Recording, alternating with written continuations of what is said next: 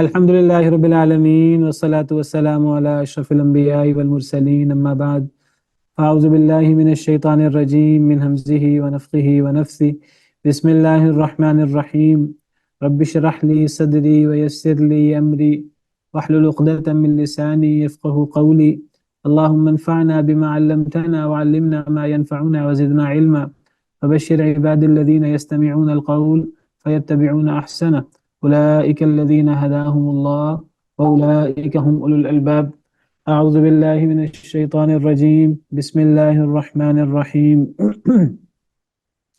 یولج اللیل فی النہار ویولج النہار فی اللیل، وہ داخل کرتا ہے یعنی اللہ تعالیٰ رات کو دن میں اور وہ داخل کرتا ہے دن کو رات میں۔ اس کی تفصیل اور وضاحت ہم کل کر چکے ہیں، چونکہ آیت کے آخری حصے کی کچھ وضاحت باقی رہتی ہے تو میں اس کو اس آیت کریمہ کو شروع سے ایک دفعہ پڑھ رہا ہوں۔ تو اللہ تعالیٰ کی عظمت اور اللہ کا جلال اور اللہ کی قدرتیں جو در حقیقت اللہ کے رب ہونے کے، توحید ربوبیت کے، توحید الوہیت کے دلائل ہیں، ان کو دلائل توحید کہنا چاہیے۔ یہ دلائل توحید ہیں، یہ اللہ تعالیٰ جو اپنی نشانیاں بیان کرتے ہیں، سمندر کی بات کرتے ہیں، آسمان و زمین کی بات کرتے ہیں، دیگر مخلوقات کی بات کرتے ہیں، اور اللہ تعالیٰ اپنی بڑی بڑی نعمتیں بیان کرتے ہیں، یہ سارے کے سارے کیا ہیں؟ توحید کے دلائل۔ یہ توحید کے دلائل کیسے ہیں؟ اگر اللہ فرمائیں کہ جی میں نے زمین و آسمان کو پیدا کیا ہے، میں نے رات دن کو پیدا کیا ہے، بارش میں برساتا ہوں، رزق میں دیتا ہوں، تم پر فلاں انعام میں کرتا ہوں، سورج چاند کو میں نے مسخر کیا ہے، یہ توحید کے دلائل کیسے ہیں؟ کیونکہ شیخ صاحب یہ اللہ تعالیٰ کی وحدانیت کا ثبوت ہے کہ اس کے علاوہ کوئی اور اللہ یہ اس کائنات کو پیدا کرنے والا اور اس کے معاملات چلانے والا نہیں ہے۔ جی بالکل، یعنی ایک تو یہ اللہ کے رب ہونے کے، اللہ کے خالق ہونے کے۔ توحید کی دو قسمیں ہیں، پتہ نہیں آپ کی کلاس میں بیان کی کہ نہیں کی، دو بڑی قسمیں ہیں، ویسے تفسیر میں جائیں تو تین قسمیں ہیں: توحید ربوبیت، توحید الوہیت، توحید اسماء و صفات۔ تو اللہ کی رب ہونے کی، خالق ہونے کی دلیل تو یہ ہے، اور یہ بات تو مشرکین بھی مانتے ہیں، شرک کرنے والے، اللہ کے ساتھ اوروں کی عبادت کرنے والے، اوروں کو عبادت میں شریک کرنے والے، کہ اصل خالق کائنات کا، زمین و آسمان کا، سورج چاند ستارے کا، انسانوں کا، اور اصل نعمتیں کرنے والا تو اللہ ہے۔ یہ بات تو مشرکین مکہ بھی مانتے تھے، آج کل کے شرک کرنے والے بھی، یہود و نصارہ بھی اس بات کو مانتے ہیں، ہندو بھی بھگوان کو مانتے ہیں ایک بڑا رب ان کے نزدیک۔ تو اس بات کے تو قائل ہیں کہ اس کائنات کا خالق مالک جو ہے وہ کوئی ہستی ہے، اور وہ ہستی اللہ رب العالمین ہے۔ اللہ کے رب ہونے کی دلیل تو ہے، اللہ کے خالق ہونے کی دلیل تو ہے، یہ اللہ کے صرف رب ہونے کی دلیل نہیں ہے، یہ اللہ کے اکیلے رب ہونے کی دلیل بھی ہے۔ اکیلے رب ہونے کی دلیل اس لیے کہ کیا کسی اور نے زمین و آسمان کو پیدا کیا ہے؟ نہیں۔ اگر کسی اور نے زمین و آسمان کو پیدا نہیں کیا تو اس کا مطلب ہوا کہ رب ہونے کے اعتبار سے، خالق ہونے کے اعتبار سے اللہ اکیلا ہے، رزق دینے کے اعتبار سے، سورج چاند کو پیدا کرنے کے اعتبار سے، ہر ان تمام بڑے بڑے کارنامے جو اللہ تعالیٰ بیان فرماتے ہیں، اپنی قدرتیں بیان کرتے ہیں، تو نہ صرف یہ قدرتیں صرف اللہ کی ہیں بلکہ یہ صرف اللہ کی ہیں، کیونکہ ان میں اللہ کے ساتھ کوئی شریک نہیں ہے۔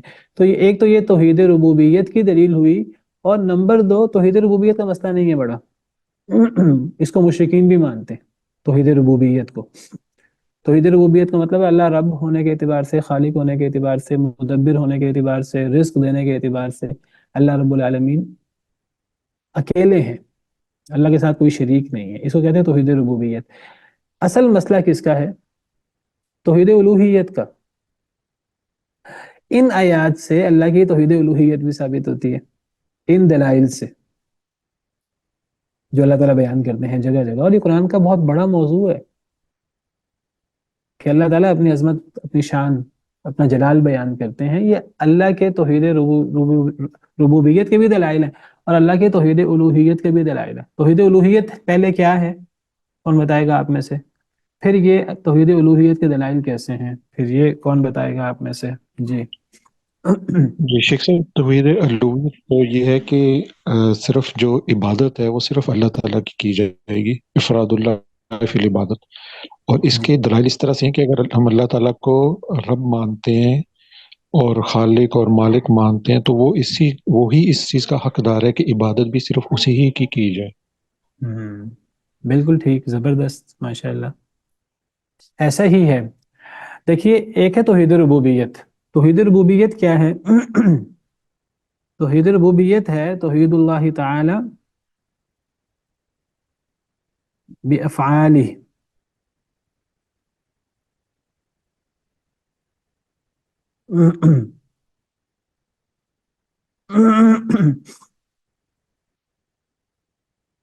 جی آپ کو میری اسکرین نظر آ رہی ہے؟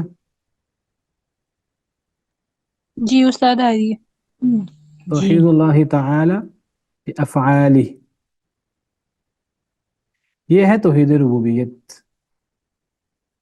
توحید الربوبیہ اگر عربی میں کہیں گے تو، اردو میں ہم کہتے ہیں توحید ربوبیت۔ تو رب ہونے کے اعتبار سے اللہ کی توحید، رب ہونے کے اعتبار سے اللہ کی توحید، یعنی رب ہونا یہ اللہ کا فعل ہے، یعنی وہ افعال جو خالق کے ہوتے ہیں، جو اللہ کے ہوتے ہیں۔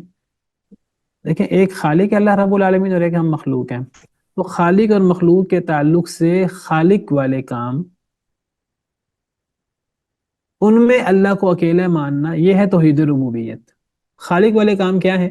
خالق والے کام ہے کہ خالق ہونا، پیدا کرنا، رب ہونا۔ رب ہونے میں ہر چیز آ جاتی ہے، اس میں تخلیق بھی آ جاتی ہے، اس میں رزق بھی آ جاتا ہے، دعائیں قبول کرنا بھی آ جاتا ہے، حاجتیں قبول کرنا، ضروریات پوری کرنا، لوگوں کے مسائل حل کرنا، لوگوں کے لیے تدبیر کرنا، لوگوں پر انعام کرنا۔ رب ہونا یہ ایک بہت جامع صفت ہے اللہ کی، اس لیے اکثر دعاؤں میں اللہ تعالیٰ کو اللہ کی اسی عظیم صفت کا حوالہ دیا جاتا ہے، رب بنا یا ربی کہہ کر۔ یہ اصل میں اللہ کو اللہ کے عظیم نام کا واسطہ دیا جاتا ہے، وَلِلَّهِ الْأَسْمَاءُ الْحُسْنَى فَادْعُوهُ بِهَا۔ تو خالق ہونے میں اللہ اکیلا ہے، رازق ہونے میں اللہ اکیلا ہے، کائنات کی تدبیر کرنے میں اللہ اکیلا ہے، اور ہر قسم کی نعمت کرنے میں اللہ اکیلا ہے، بارشیں برسانے میں اللہ اکیلا ہے۔ یہ ہیں اللہ کے کام، معبود کے کام۔ تو ان کاموں میں اللہ کو ایک ماننا، یہ ہے توحید ربوبیت۔ اس میں مشرکین کو مسئلہ نہیں ہے۔ مشرکین مکہ بھی وہ اللہ کو زمین و آسمان کا خالق مانتے تھے، صرف اللہ کو۔ وہ لات منات عزا کو، حبل کو، اور وہ جو بت رکھے ہوئے تھے خانہ کعبہ میں، وہ نہیں کہتے تھے کہ زمین و آسمان کو انہوں نے پیدا کیے۔ وہ رازق بھی اللہ کو مانتے تھے، وہ بارش برسانے والا بھی اللہ کو مانتے تھے، اس بارش سے باغات اگانے والا اور فصلیں اگانے والا بھی اللہ کو مانتے تھے۔ اور قرآن میں موجود ہے وَلَئِن سَأَلْتَهُم مَّن خَلَقَ السَّمَاوَاتِ وَالْأَرْضَ وَسَخَّرَ الشَّمْسَ وَالْقَمَرَ لَيَقُولُنَّ اللَّهُ۔ اے نبی صلی اللہ علیہ وسلم، اگر آپ ان سے سوال کریں کہ زمین و آسمان کو پیدا کرنے والا، سورج اور چاند کو پیدا کر کے انسان کے لیے مسخر کرنے والا کون ہے، تو یہ مشرکین کہیں گے بیک زبان اللہ تعالیٰ۔ یہ اپنے لات منات عزا کو، اپنے معبودوں کو زمین و آسمان کا خالق نہیں مانتے، سورج چاند ستارے کا خالق نہیں مانتے۔ فَأَنَّىٰ يُؤْفَكُونَ، پھر کہاں تم بہکے جا رہے؟ وَلَئِن سَأَلْتَهُم مَّن نَّزَّلَ مِنَ السَّمَاءِ مَاءً، اگر آپ ان مشرکین سے سوال کریں کہ آسمان سے بارش برسانے والا کون؟ فَأَحْيَا بِهِ الْأَرْضَ بَعْدَ مَوْتِهَا، پھر اس بارش سے مردہ زمین کو زندہ کرنے والا کون؟ قُلِ الْحَمْدُ لِلَّهِ لَيَقُولُنَّ اللَّهُ، وہ ضرور کہیں گے اللہ۔ مشرکین اس بات کے بھی قائل ہیں کہ بارش برسانے والا اللہ ہے، اس بارش سے بنجر زمین کو زندہ کرنے والا اللہ ہے۔ قُلِ الْحَمْدُ لِلَّهِ، آپ کہہ دیجئے سب تعریفیں اللہ کی ہیں۔ بل اکثرهم لا یعقلون، یہ لوگ عقل نہیں کرتے۔ توحید ربوبیت کے یہ قائل ہیں۔ ایک اور آیت کریمہ میں ہے وَلَئِن سَأَلْتَهُم مَّن خَلَقَهُمْ لَيَقُولُنَّ اللَّهُ۔ اے نبی صلی اللہ علیہ وسلم، اگر آپ ان سے سوال کریں کہ انہیں کس نے پیدا کیا ہے، انسانوں کو، تو یہ کہیں گے اللہ نے پیدا کیا ہے۔ تو یہ ہے ساری توحید ربوبیت۔ تو یہ ربوبیت میں اللہ کو ایک مانتے ہیں۔ اصل مسئلہ توحید ربوبیت کا نہیں ہے۔ دوسری قسم ہے توحید الوہیت، توحید الالوہیہ۔ اصل میں تین قسمیں ہیں، بڑی دو قسمیں یہی ہیں۔ تیسری قسم ہے توحید الاسماء والصفات، بعض لوگوں نے اس کو انہی قسموں میں شامل کیا، بعض نے اس کو الگ رکھا ہے۔ بہرحال مین بڑی قسمیں یہ دو ہی ہیں۔ دوسری قسم ہے توحید الالوہیہ، ربوبیہ رب ہونے سے ہے، رب والے کام، اور الوہیہ یہ معبود ہونے سے ہے، عبادت سے ہے۔ حمزہ لام ہا کا مطلب ہوتا ہے عبادت کرنا۔ تو توحید الالوہیہ کی ڈیفینیشن کیا ہوگی؟ اس سے مراد جیسے ماشاءاللہ امجد صاحب نے بڑا اچھا بیان کیا کہ توحید اللہ تعالی بافعال العباد، یعنی میں ذکر کر رہا تھا کہ ایک ہے خالق اور ایک ہے مخلوق، دو ہی چیزیں ہیں نا کائنات میں، یا خالق ہے یا خالق نے جس کو پیدا کیا، ہر چیز مخلوق ہے۔ تو اللہ اور اللہ کی مخلوق، تو اللہ اور اللہ کی مخلوق کے تعلق سے اگر ہم دیکھیں تو جو اللہ کے کام ہیں ان میں اللہ کو ایک ماننا، یہ ہے توحید ربوبیت۔ اللہ اور مخلوق کے تعلق سے مخلوق کے جو کام ہیں اللہ کے حوالے سے، کہ جب اللہ نے اتنے انعامات کیے ہیں، اللہ نے پیدا بھی کیا ہے، تدبیر بھی کی ہے، رزق بھی دیا ہے، ہر قسم کی پرورش بھی کی ہے، ہر قسم کی ضرورتیں بھی اللہ پوری کرتے ہیں، ہر قسم کے انعام بھی اللہ کرتے ہیں، سب کچھ اللہ کرتے ہیں۔ وَآتَاكُم مِّن كُلِّ مَا سَأَلْتُمُوهُ، اللہ نے تمہیں وہ کچھ دیا جو تم نے اللہ سے مانگا۔ وَإِن تَعُدُّوا نِعْمَتَ اللَّهِ لَا تُحْصُوهَا، اگر تم اللہ کی نعمتوں کو شمار کرنا چاہو تو تم شمار نہیں کر سکتے۔ إِنَّ الْإِنسَانَ لَظَلُومٌ كَفَّارٌ، انسان کتنا ناشکر ہے۔ تو جب ہر نعمت اللہ کی ہے تو اب اللہ اور بندے کے تعلق میں بندے کو پھر کیا کرنا چاہیے؟ عبادت، یعنی بندہ اللہ کے لیے جو بھی کرے گا وہ عبادت ہوگی، وہ الوہیت میں شامل ہوگا۔ بندہ اللہ کے حوالے سے جو بھی کرے گا، تو بندہ اللہ کے تعلق سے اگر اللہ کے سامنے جھکے گا تو یہ عبادت ہے۔ اللہ کے سامنے کھڑا ہوگا ہاتھ باندھ کر قیام کی صورت میں، یہ بھی عبادت ہے۔ رکوع کرے گا، یہ بھی عبادت ہے۔ سجدہ کرے گا، یہ بھی عبادت ہے۔ دعا مانگے گا اللہ سے، یہ بھی عبادت ہے۔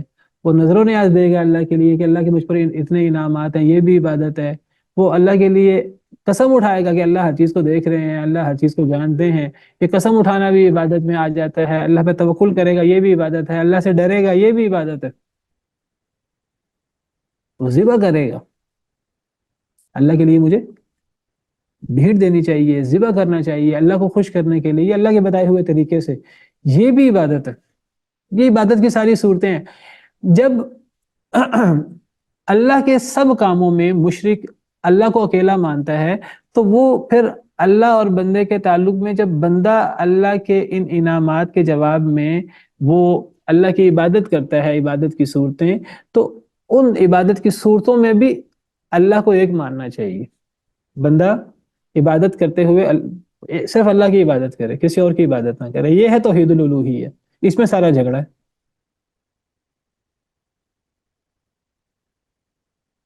صرف اللہ کی عبادت ہوگی، صرف اللہ سے مانگا جائے گا، مانگنا بھی عبادت ہے۔ دعا مانگنا، پکارنا، یعنی اس انداز سے پکارنا جو اللہ کو پکارا جاتا ہے، مدد مانگنا جو اللہ سے مدد مانگی جاتی ہے، یہ بھی عبادت ہے۔ یہ اللہ کے علاوہ کسی سے نہیں پکارا جائے گا، کسی کو نہیں پکارا جائے گا، کیونکہ قرآن کریم بھی کہتا ہے پکارنا عبادت ہے، اور نبی صلی اللہ علیہ وسلم نے بھی فرمایا کہ پکارنا عبادت ہے۔ آپ کی حدیث ہے، آپ نے فرمایا الدعاء هو العبادہ، دعا ہی تو عبادت ہے۔ اور آپ نے قرآن کی آیت بھی پیش کی۔ آپ قرآن کی آیت پیش نہ بھی کرتے تو آپ کا کہنا ہی، آپ کا فرمان ہی حدیث تھا، اور حدیث اللہ کی طرف سے ہوتی ہے، لیکن آپ نے قرآن کی آیت بھی پیش کی۔ وقال ربكم ادعوني استجب لكم ان الذين يستكبرون عن عبادتي سيدخلون جهنم داخرين، تمہارے رب نے کہا مجھے پکارو، میں تمہاری پکار قبول کروں گا۔ جو لوگ میری عبادت سے تکبر کرتے ہیں، آیت کے شروع میں اللہ نے دعا کا حکم دیا کہ صرف اللہ کو پکارو، کسی اور کو نہ پکارو، کسی اور سے دعا نہ کرو، اور پھر فرمایا جو لوگ میری عبادت سے تکبر کرتے ہیں، تو یہاں عبادت سے مراد دعا ہے جو آیت کے شروع میں ذکر ہوئی۔ تو اللہ تعالیٰ خود دعا کو عبادت کہتے ہیں۔ وَمَن يَدْعُ مَعَ اللَّهِ إِلَٰهًا آخَرَ، جو اللہ کے ساتھ کسی دوسرے معبود کو پکارے گا، لا برہان لہ بہ، جس کی کوئی دلیل نہیں ہے، فإنما حسابہ عند ربہ، تو اس کا حساب اللہ پر ہوگا، انہ لا یفلح الکافرون، ایسے کافر لوگ کبھی کامیاب نہیں ہو سکتے۔ تو اللہ کے علاوہ کسی کو پکارنا یہ کفر ہے، یہ شرک ہے، اس کی کوئی دلیل نہیں ہے، اور ایسے لوگ کبھی کامیاب نہیں ہو سکتے۔ تو یہ اللہ کے علاوہ کسی کو پکارنا اس طریقے سے جس طریقے سے اللہ کو پکارا جاتا ہے، خدا کو پکارا جاتا ہے اس طریقے سے، تو یہ عبادت ہے۔ اسی طرح نظر و نیاز عبادت ہے، اسی طرح ذبح کرنا عبادت ہے، اسی طرح عبادت کی دیگر صورتیں۔ تو جب رب ہونے میں اللہ اکیلا ہے تو عبادت والے معاملات میں بھی اللہ اکیلا ہے۔ رب ہونا یہ اللہ کے افعال ہیں، اور عبادت یہ اللہ کے انعامات کے کے بعد مخلوق جو اللہ کا شکر ادا کرتی ہے، وہ ریٹرن کرتی ہے اللہ کو، اس کو عبادت کہتے ہیں۔ جب ساری نعمتیں اللہ کی ہیں، تخلیق، رزق، فلاں فلاں، انعامات، رب ہونا، جب ان سب کاموں میں اللہ اکیلا ہے، تو عبادت میں اللہ کے ساتھ کسی کو شریک کیوں کیا جائے؟ یہ قرآن کریم کا ایک تھیسس ہے باقاعدہ، یعنی ایک بنیاد ہے، ایک اصول قائم کیا ہے اللہ تعالیٰ نے جگہ جگہ قرآن میں۔ اس کو توحید الوہیت کہتے ہیں۔ تو توحید الوہیت میں جھگڑا ہے، اللہ کہتے ہیں توحید الوہیت میں جھگڑا بنتا ہی نہیں۔ جب رب ہونے میں تم اللہ کو ایک مانتے ہو، خالق ہونے میں، رازق ہونے میں، ہر چیز میں، تو پھر جب تم اللہ کو اس کا شکریہ ادا کرو اور تم اللہ کی عبادت کرو اس کے جواب میں، تو پھر اس عبادت میں بھی اللہ کے ساتھ کسی کو شریک نہیں کرنا چاہیے۔ وہ شریک تب ہو سکتا ہے جب کوئی پیدا کرنے میں بھی اللہ کے ساتھ شریک ہو، جب کوئی رزق دینے میں بھی اللہ کے ساتھ شریک ہو، جب کوئی تدبیر کرنے میں بھی اللہ کے ساتھ شریک ہو، جب دیگر معاملات میں بھی کوئی اللہ کے ساتھ شریک ہو۔ جب دیگر معاملات میں کوئی اللہ کے ساتھ شریک نہیں ہے رب والے کاموں میں، تو پھر جب ہم عبادت کرتے ہیں اللہ کی، ہم اس میں اللہ کے ساتھ اوروں کو شریک کیوں کر دیتے ہیں؟ بہت بڑا سوال ہے، اور یہ بہت زبردست دلیل ہے۔ توحید الوہیت توحید ربوبیت سے ثابت ہوتی ہے۔ یہاں اللہ رب العالمین نے یہی انداز اختیار کیا ہے، اور قرآن کریم میں جگہ جگہ اللہ تعالیٰ نے یہ انداز اختیار کیا ہے۔ یہاں اللہ نے اپنی ربوبیت میں توحید کے دلائل پیش کیے ہیں۔ اس لیے میں کہہ رہا ہوں یہ توحید کے دلائل ہیں اصل میں۔ اللہ کی عظمت، اللہ کا جلال، اللہ کی قدرتیں جب اللہ بیان کرتے ہیں تو یہ توحید کے دلائل ہیں۔ توحید ربوبیت کے دلائل بھی ہیں، توحید الوہیت کے دلائل بھی ہیں۔ جب وہ رب ہونے میں، رازق ہونے میں، مدبر ہونے میں، منعم میں، حقیقی ہونے میں اکیلا ہے، رب ہونے میں اکیلا ہے، تو پھر عبادت میں بھی اس اکیلے کی عبادت کی جائے گی۔ اس میں اللہ کے ساتھ کسی کو شریک کیا جائے گا تو یہ شرک ہو جائے گا۔ تو یہ اللہ تعالیٰ نے پیچھے سارے اپنے ربوبیت کے دلائل بیان کیے ہیں، اور یہ سارے کام صرف اللہ کے اکیلے کرتے ہیں۔ اب آگے اللہ تعالیٰ نتیجہ نکالتے ہیں۔ یولج اللیل فی النہار ویولج النہار فی اللیل، اللہ داخل کرتا ہے رات کو دن میں اور دن کو رات میں۔ وسخر الشمس والقمر، اس نے مسخر کیا ہے سورج اور چاند کو۔ کل یجری لاجل مسمی، ہر چیز جاری و ساری ہے ایک وقت مقررہ تک۔ ہر چیز ایک وقت مقررہ کے لیے ہے، ایک وقت مقررہ تک اس نے چلنا ہے، زندہ رہنا ہے، اپنا کام کرنا ہے۔ جب وہ وقت آ جانا ہے تو اس نے ختم ہو جانا ہے، زوال ہے ہر چیز کو۔ کل من علیہا فان، ہر چیز فنا ہونے والی ہے۔ وَيَبْقَى وَجْهُ رَبِّكَ ذُو الْجَلَالِ وَالْإِكْرَامِ، اللہ رب العالمین باقی رہ جائیں گے بس۔ ذَلِكُمُ اللَّهُ رَبُّكُمْ لَهُ الْمُلْكِ، یہ ہے اللہ تمہارا رب، اس کے لیے بادشاہت ہے ہر قسم کی۔ یعنی پچھلی آیات سے، اور جب پورا اللہ نے اپنی عظمتیں، اپنے قدرتیں بیان کی، تو اللہ یہ ہے، یہ اللہ کا تعارف ہے جس کو تم بھی جانتے ہو اے مشرکین۔ یہ ہے تمہارا رب، اور اسی کے لیے بادشاہت ہے۔ یہ سارے ربوبیت میں اللہ کی توحید ثابت ہوئی، جس کو مشرک بھی مانتے ہیں۔ اب آگے اصل مسئلہ آ گیا توحید الوہیت کا۔ والذین تدعون من دونہ ما یملکون من قطمیر، وہ لوگ جنہیں تم پکارتے ہو اللہ کے علاوہ، وہ تو کھجور کی گٹھلی کے اوپر جو جھلی ہوتی ہے وہ اس کے بھی مالک نہیں ہیں۔ ملکیت ساری کی ساری اللہ کی، ربوبیت ساری کی ساری اللہ کی، تخلیق ساری کی ساری اللہ کی، کام سارے کے سارے اللہ کے، اللہ کے ساتھ ان کاموں میں کوئی بھی شریک، اختیار سارے کا سارا اللہ کا۔ وَرَبُّكَ يَخْلُقُ مَا يَشَاءُ وَيَخْتَارُ مَا كَانَ لَهُمُ الْخِيَرَةُ، اور آپ کا رب جو چاہتا ہے پیدا کرتا ہے، جو چاہتا ہے وہ اختیار کرتا ہے۔ مَا كَانَ لَهُمُ الْخِيَرَةُ، لوگوں کے پاس تو کوئی اختیار نہیں ہے، اللہ کے علاوہ کسی کے پاس کوئی اختیار نہیں ہے۔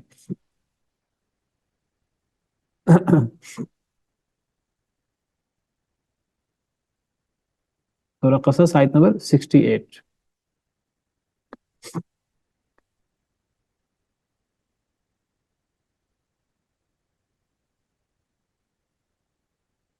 وَرَبُّكَ يَخْلُقُ مَا يَشَاءُ، اور آپ کا رب پیدا کرتا ہے جو وہ چاہتا ہے۔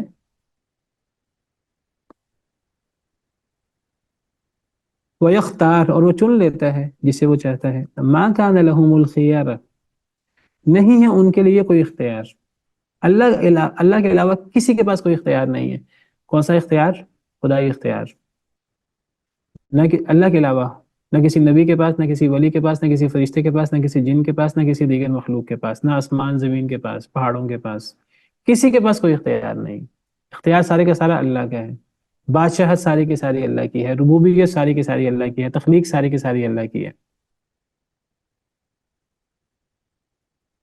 جنہیں تم اللہ کے علاوہ پکارتے ہو، اب یہ عبادت کی بات آ گئی، کیونکہ پکارنا، دعا کرنا، مانگنا یہ عبادت ہے. جن کی تم اللہ کے علاوہ عبادت کرتے ہو، تم ان کی عبادت کیسے کر سکتے ہو؟ ان کی عبادت تو تب ہو جب وہ ملکیت میں اللہ کے ساتھ شریک ہوں، جب وہ تخلیق میں اللہ کے ساتھ شریک ہوں، جب وہ تدبیر میں اللہ کے ساتھ شریک ہوں، جب وہ باقی چیزوں میں اللہ کے ساتھ شریک ہوں. ان کے اختیار کی صورتحال تو یہ ہے کہ وہ قطمیر کے تو مالک نہیں ہیں. قطمیر کیا ہے؟ کھجور کی گٹھلی کے اوپر جھلی، وہ نظر بھی نہیں آتی، اتنی چھوٹی ہوتی ہے. وہ اتنا بھی اختیار نہیں رکھتے.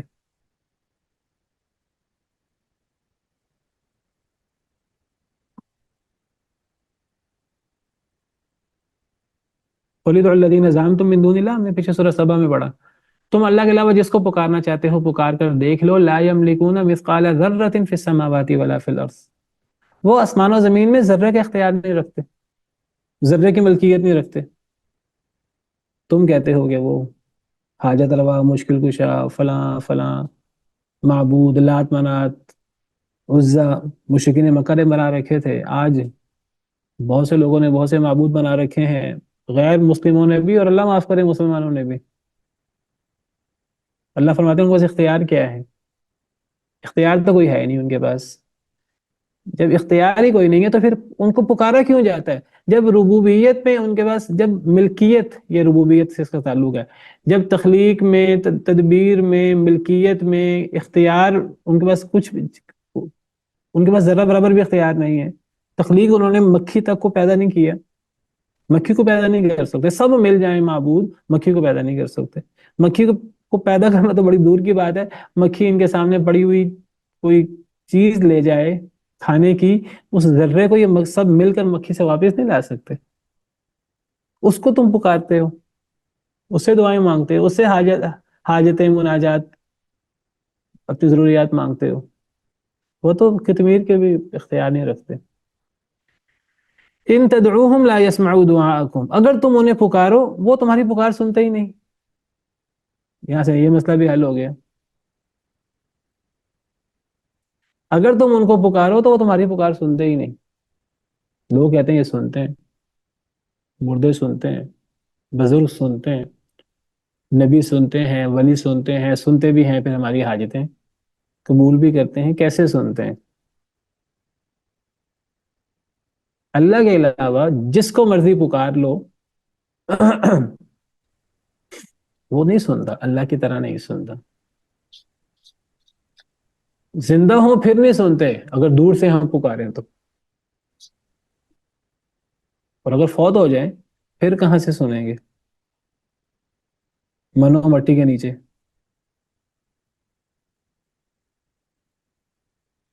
اگر تم انہیں پکارو تو یہ سنتے ہی نہیں، تمہاری پکار ہی نہیں سنتے. تو پتہ لگا کہ فوت شدگان، چاہے وہ نبی ہوں چاہے وہ ولی ہوں، وہ سنتے نہیں.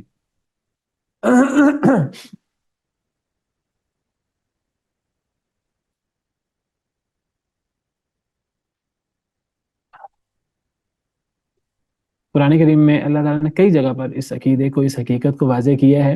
إِنَّكَ لَا تُسْمِعُ الْمَوْتَ وَلَا تُسْمِعُ الصُّمَّ الدُّعَاءَ إِذَا وَلَّوْا مُدْبِرِينَ. سورہ نمل میں بھی ہے، سورہ روم میں بھی. اے نبی صلی اللہ علیہ وسلم، بے شک آپ مردوں کو نہیں سنا سکتے، اور نہ بہرے کو سنا سکتے ہیں پکار جب وہ پیٹھ پھیر کر بھاگ بھی رہے ہوں. آپ مردوں کو نہیں سنا سکتے، بہرے کو بھی نہیں سنا سکتے، اور خاص طور پہ جب وہ پیٹھ پھیر کر بھاگ بھی رہے ہوں، نفرت اتنی زیادہ ہو کہ پیٹھ پھیر کر بھاگ بھی رہے ہوں. یہاں بھی ہے کہ آپ مردوں کو نہیں سنا سکتے، آپ بہروں کو نہیں سنا سکتے پکار جب وہ بھاگ رہے ہوں.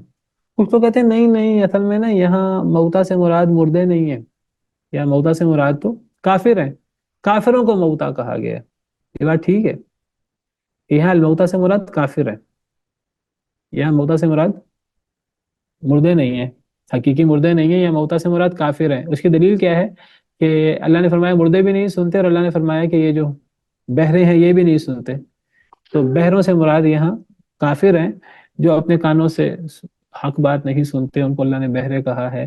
تو جب اللہ نے ان کو بہرے کہا ہے، وہ حق بات نہیں سنتے، تو اللہ نے مردہ بھی ان لوگوں کو کہا ہے کہ جو ایمان نہیں لاتے. یہ بات ٹھیک ہے.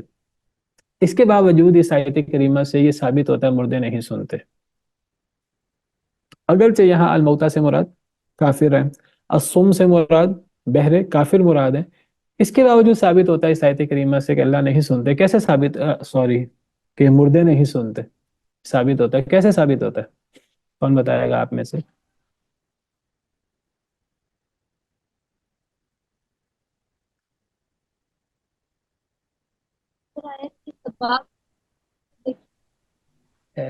جی پہلے بھی سامنے بات کر لیں، پھر مس رونق سے سن لیتے ہیں. جی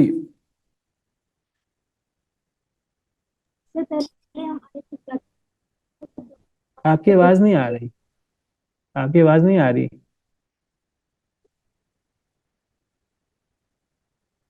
سر آیات کی زیادہ سبقات کو دیکھنے سے پہلے پتہ نہیں آپ کے مائک کا مسئلہ ہے، کیا مسئلہ ہے. مجھے آپ کی آواز کلیئر نہیں آ رہی، باقی لوگوں کو آ رہی ہے. نہیں سر. نہیں آ رہی. جی مس رونق آپ بتائیے. شیخ ان کی نہیں آ رہی کلیئر. جی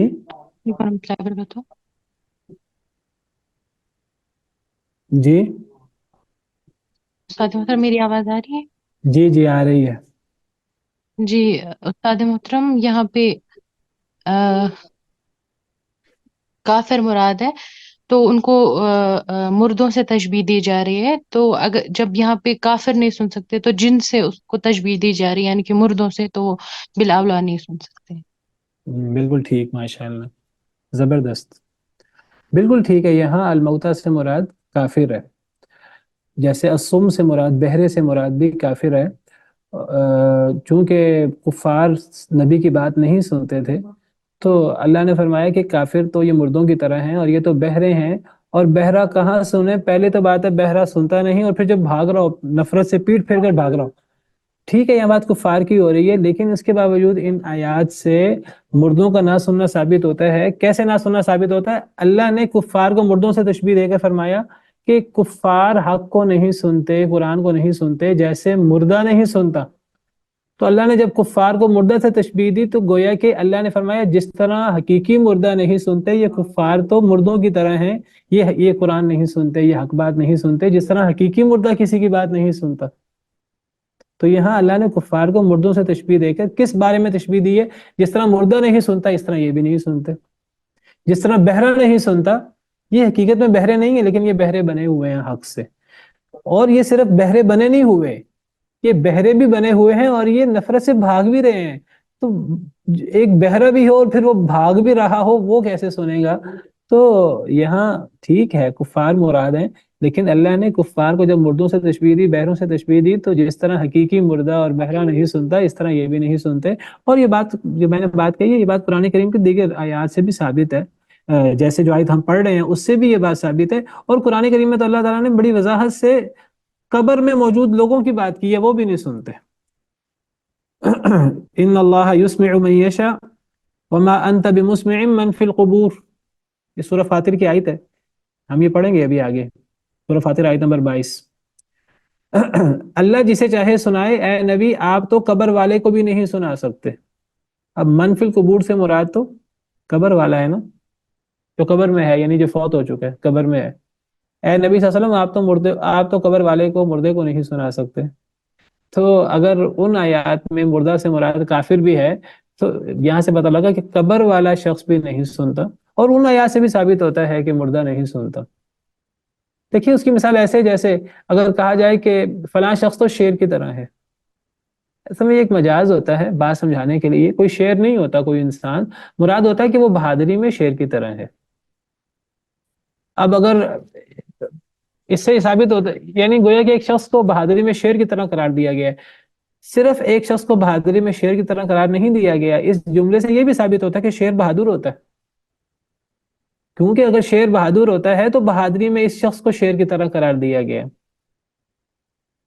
بالکل ایسے جب اللہ تعالیٰ فرماتے ہیں کہ اے نبی صلی اللہ علیہ وسلم آپ مردوں کو نہیں سنا سکتے، کفار کو مردے کہا، آپ کفار کو نہیں سنا سکتے کیونکہ یہ تو مردوں کی طرح ہیں. جس طرح حقیقی اس سے یہ پتہ لگا کہ کفار مردوں کی طرح ہے، اور اس سے یہ بھی پتہ لگا مردے نہیں سنتے. اور یہ بات تو باقاعدہ یہاں سے صراحت سے بھی ثابت ہے، وما انت بمسمع من فی القبور، اے نبی صلی اللہ علیہ وسلم آپ تو قبر والوں کو نہیں سنا سکتے. اور یہی بات اللہ تعالیٰ یہاں بھی فرما رہے ہیں جو آیت کریمہ ہم پڑھ رہے ہیں، ان تدعوہم لا يسمعوا دعاءکم. یہ جو تم نے معبود بنا رکھے ہیں، نبی ولی دیگر لوگ، اگر تم ان کو پکارو تو یہ تمہاری پکار سنتے ہی نہیں.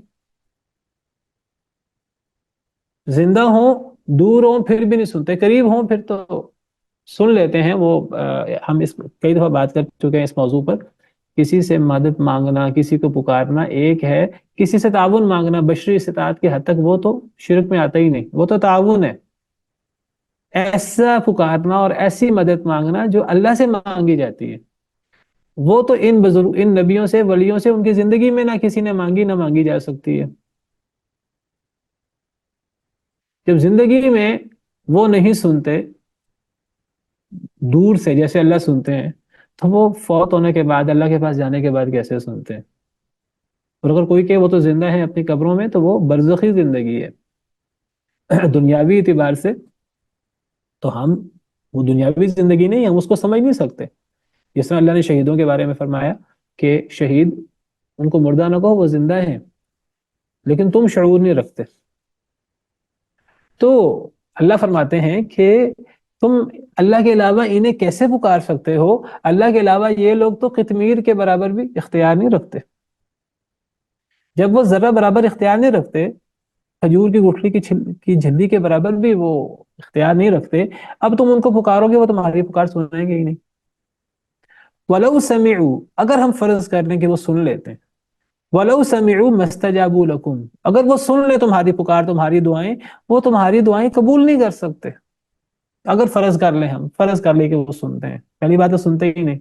اگر فرض کر لیا، سن لیا، ہم نے کسی قبر والے سے دعا کی کہ میری بیماری ٹھیک کر دے، وہ سنتا ہی نہیں. اگر بالفرض ایک لمحے کے لیے ہم نے مان لیا، فرض کر لیا وہ سنتا ہے، تو اگر ہم نے اس سے کہا کہ میری بیماری ٹھیک کر دے، اس نے اگر سن لیا تو کیا وہ بیماری ٹھیک کر سکتا ہے؟ نہیں ٹھیک کر سکتا.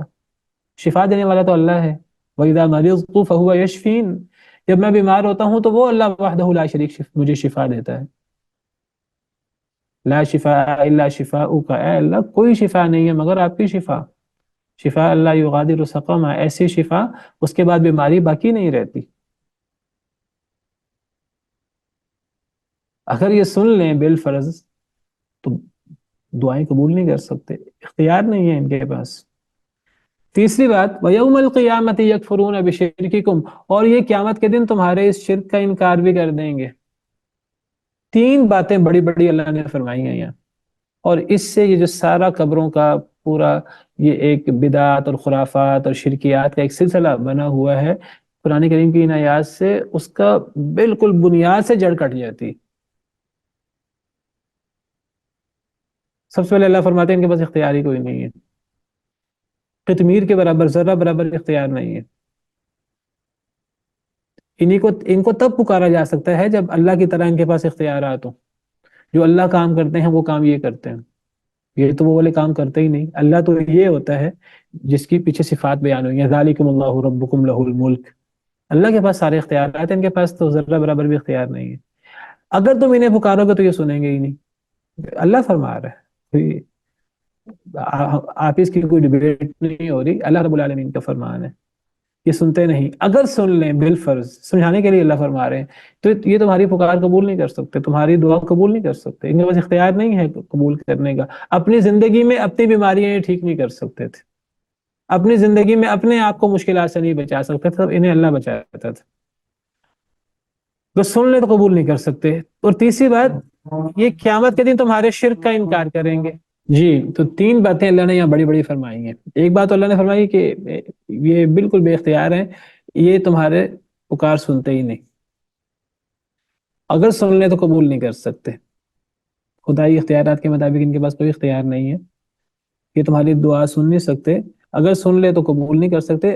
اور تیسری بات فرمائی، اور قیامت کے دن تمہارے شرک کا انکار کریں گے۔ پتہ لگا یہ عمل شرک ہے کہ اس طرح قبر والوں سے دعائیں کرنا، قبر والوں کو پکارنا، چاہے وہ نبی ولی ہی کیوں نہ ہو، بڑے بڑے بزرگ ہی کیوں نہ ہو، ان کو پکارنا شرک ہے۔ یہ قرآن کا نص ہے۔ لوگ کہتے ہیں یہ شرک کیسے ہے، آپ اس کو شرک کہتے ہیں؟ قرآن کہتا ہے یہ شرک ہے۔ قرآن کہتا ہے وَمَن يَدْعُ مَعَ اللَّهِ إِلَٰهًا آخَرَ لَا بُرْهَانَ لَهُ بِهِ فَإِنَّمَا حِسَابُهُ عِندَ رَبِّهِ، جو اللہ کے علاوہ کسی ایسے معبود کو پکارے جس کی اس کے پاس کوئی دلیل نہیں ہے تو اس کا حساب اللہ کے پاس ہے۔ کافر لوگ کامیاب نہیں ہوتے، یہ کفر ہے، اور یہاں اللہ نے اس کو شرک قرار دیا۔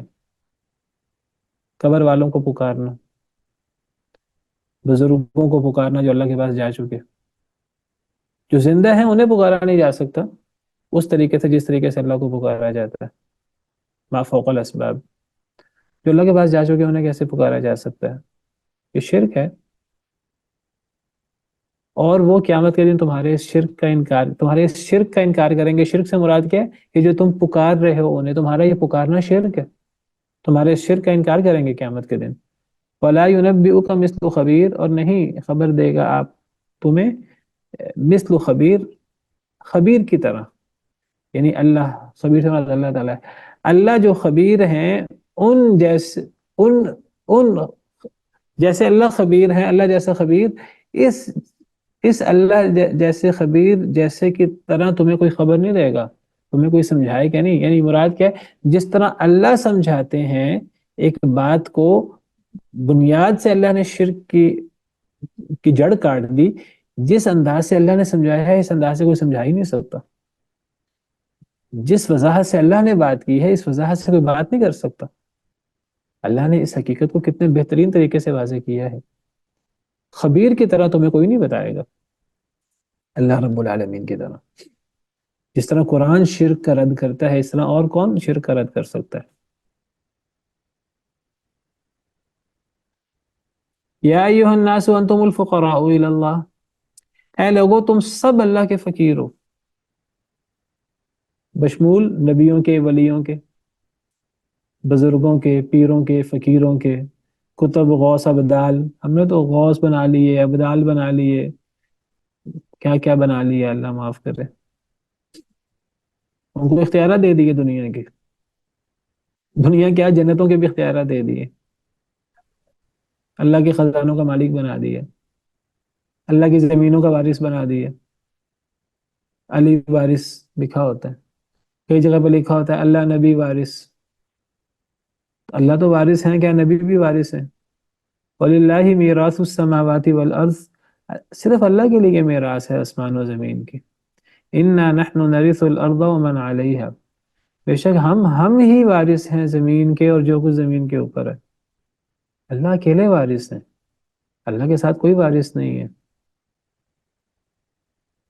باقی سب محتاج ہیں اللہ کے، چاہے وہ نبی ہوں، چاہے وہ رسول ہوں، چاہے وہ نبیوں کے امام سید الانبیاء والمرسلین کیوں نہ ہو۔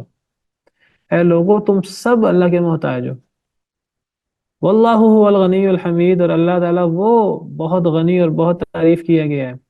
دیکھیے قرآن کتنے بہترین طریقے سے توحید کو بیان کرتا ہے، اللہ تعالیٰ توحید کے دلائل بیان کرتے ہیں، لیکن آپ دیکھیے ہم مشرکین کے ہاں کتنی خرافات اور کتنی بدعات اور شرکیات تھیں، اور آپ دیکھیں اللہ معاف کرے آج مسلمان کتنی بدعات شرکیات کا شکار ہے۔ اللہ فرماتے ہیں اے لوگوں تم سب اللہ کے فقیر ہو، اللہ کے محتاج ہو۔ یہ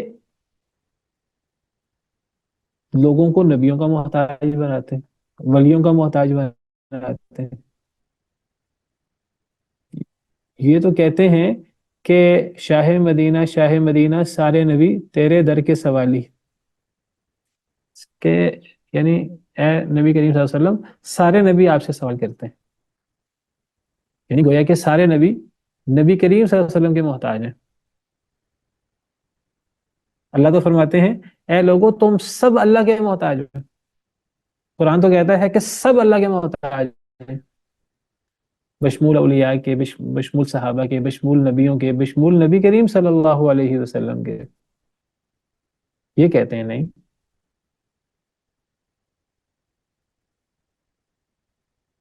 اللہ کے علاوہ سیدنا علی رضی اللہ تعالیٰ عنہ کو حاجت روا و مشکل کشا سمجھتے ہیں، نبی کریم صلی اللہ علیہ وسلم سے مدد مانگتے ہیں، سیدنا عبد القادر جیلانی سے مدد مانگتے ہیں، یا عبد القادر شیئا للہ، پھر قبروں پہ جا جا کر پتہ نہیں کیا کیا کرتے ہیں.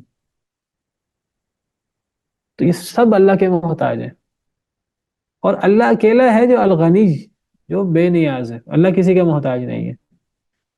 الحمید تعریف کیا گیا ہے. یہ قرآن کا یہ عقیدہ ہے جو قرآن ہمیں یہ عقیدہ سکھاتا ہے. إِن يَشَأْ يُذْهِبْكُمْ وَيَأْتِ بِخَلْقٍ جَدِيدٍ، اگر وہ چاہے تو وہ تمہیں لے جائے.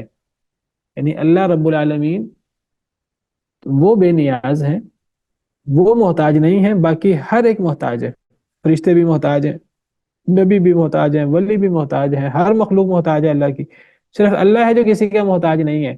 اور اللہ اتنے غنی ہیں، اتنے بے نیاز ہیں کہ اللہ اگر تباہ کرنا چاہے، سزا دینا چاہے، اللہ تم سب کو لے جائے، تم سب کو ہلاک کر دے. وَيَأْتِ بِخَلْقٍ جَدِيدٍ، اور وہ لے آئے ایک نئی تخلیق، ایک نئی مخلوق. تم سب اللہ کے ساتھ شرک کر رہے ہو، اور اللہ کے ساتھ اللہ کی اتنی نافرمانی کر رہے ہو. اگر اللہ تو اتنے بے نیاز ہیں اور اللہ اتنے عظیم ہیں، اور اللہ جب سزا دینے میں آئے تو اللہ کو کسی کی کوئی پرواہ نہیں ہے، کیونکہ اللہ کسی کے محتاج نہیں ہے. اللہ چاہے تو تم سب کو لے جائے. تم شرک کرتے ہو اللہ کے ساتھ، تم اللہ کی نافرمانی کرتے ہو، تم اللہ کے ساتھ اوروں کو اللہ کے شریک بناتے ہو. اور اگر اللہ چاہے تو اللہ نئی مخلوق لے آئے، وہ نئی مخلوق جو اللہ کے ساتھ شرک نہ کرے، جو اللہ کی اطاعت کرے، جو اللہ کی فرما برداری کرے، اللہ کے احکامات کے مطابق زندگی گزارے. وَإِن تَتَوَلَّوْا يَسْتَبْدِلْ قَوْمًا غَيْرَكُمْ ثُمَّ لَا يَكُونُوا أَمْثَالَكُمْ، اگر تم پھر جاؤ گے، سورہ محمد کے آخر میں فرمایا اگر تم پھر جاؤ گے، يَسْتَبْدِلْ قَوْمًا غَيْرَكُمْ، اللہ کسی دوسری قوم کو لے آئیں گے. وَلَا يَكُونُوا أَمْثَالَكُمْ، وہ تمہاری طرح نہیں ہوں گے، وہ نیک ہوں گے، وہ اللہ کی توحید پر عمل کرنے والے ہوں گے، اللہ کی باتیں ماننے والے ہوں گے. اگر وہ چاہے تو تمہیں لے جائے، اور وہ لے آئے نئی مخلوق. اللہ چاہے تو تمہیں لے جائے، تمہیں لے جائے میں سب آ جاتے ہیں، سارے لوگ. اللہ چاہے تو سارے لوگوں کو لے جائے. إِن يَشَأْ يُذْهِبْكُمْ أَيُّهَا النَّاسُ، اگر وہ چاہے تو تمہیں لے جائے اے لوگوں، اے سب لوگوں، اگر اللہ چاہے تو تمہیں لے جائے. وَيَأْتِ بِآخَرِينَ، اور اللہ چاہے تو دوسروں کو لے آئے. وَكَانَ اللَّهُ عَلَى ذَلِكَ قَدِيرًا، اور اللہ اس پر قادر ہے. وَمَا ذَلِكَ عَلَى اللَّهِ بِعَزِيزٍ، یہاں فرمایا اور نہیں ہے یہ چیز اللہ پر کوئی مشکل. اللہ پر ایک پوری قوم کو تباہ کر دینا، پوری قوم کو ہلاک کر دینا، پوری قوم کو لے جانا اور نئی مخلوق لے آنا، اللہ کے لیے کوئی مشکل نہیں ہے. اللہ کے لیے کوئی مشکل کام نہیں ہے. اللہ کن کہیں گے ہو جائے گا، اللہ کے لیے کوئی مشکل نہیں ہے. وَلَا تَزِرُ وَازِرَةٌ وِزْرَ أُخْرَى، اور نہیں بوجھ اٹھاتی کوئی بوجھ اٹھانے والی کسی دوسری کا بوجھ. کوئی جان کسی دوسری جان کا بوجھ نہیں اٹھائے گی قیامت کے دن. یہ جو بندہ بھی شرک کرتا ہے، جو بندہ بھی اللہ کی نافرمانیاں کرتا ہے، تو قیامت کے دن اس کے اس گناہ کا بوجھ کسی اور نے نہیں اٹھانا.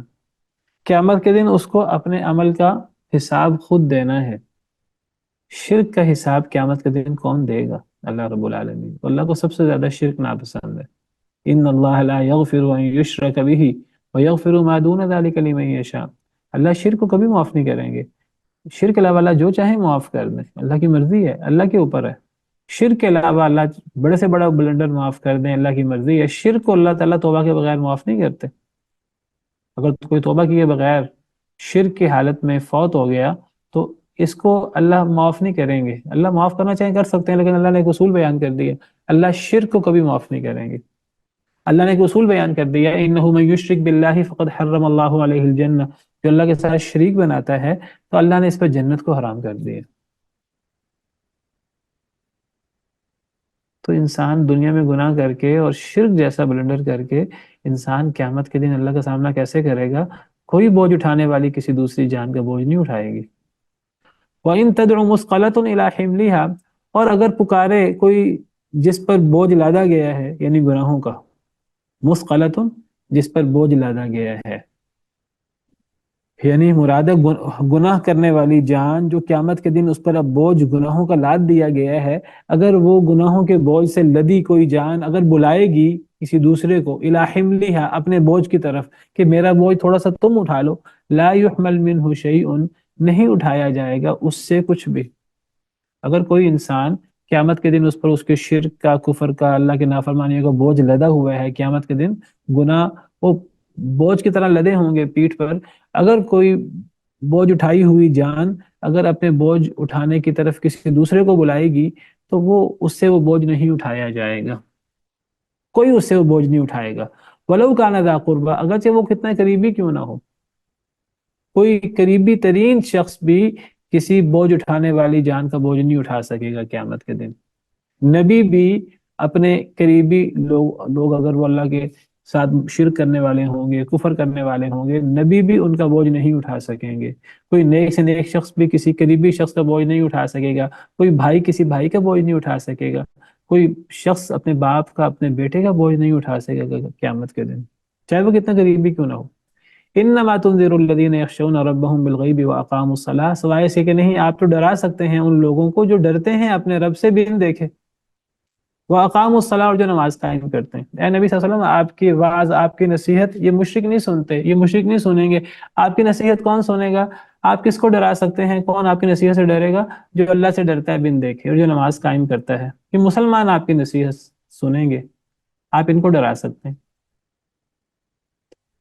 ومن تزکا اور جو پاکی حاصل کرے، جو نیک ہو، فإنما یتزکا لنفسی تو وہ پاک ہوتا ہے اپنے نفس کے لیے۔ کوئی نیک ہو جائے گا نبی کی دعوت سن کر، نبی کا انذار سن کر، اپنے آپ کو گناہوں سے پاک کر لے گا، ایمان لے آئے گا، نیکی کر لے گا، گناہ چھوڑ دے گا، اس کا فائدہ کسی دوسرے کا نہیں ہوگا، اس کا فائدہ اسی کی ذات کو ہوگا۔ وإلی اللہ المصیر اور اللہ کی طرف ہی لوٹ کر جانا ہے۔ سبحان ربک رب العزت عما یصفون وسلام علی المرسلین والحمد للہ رب العالمین۔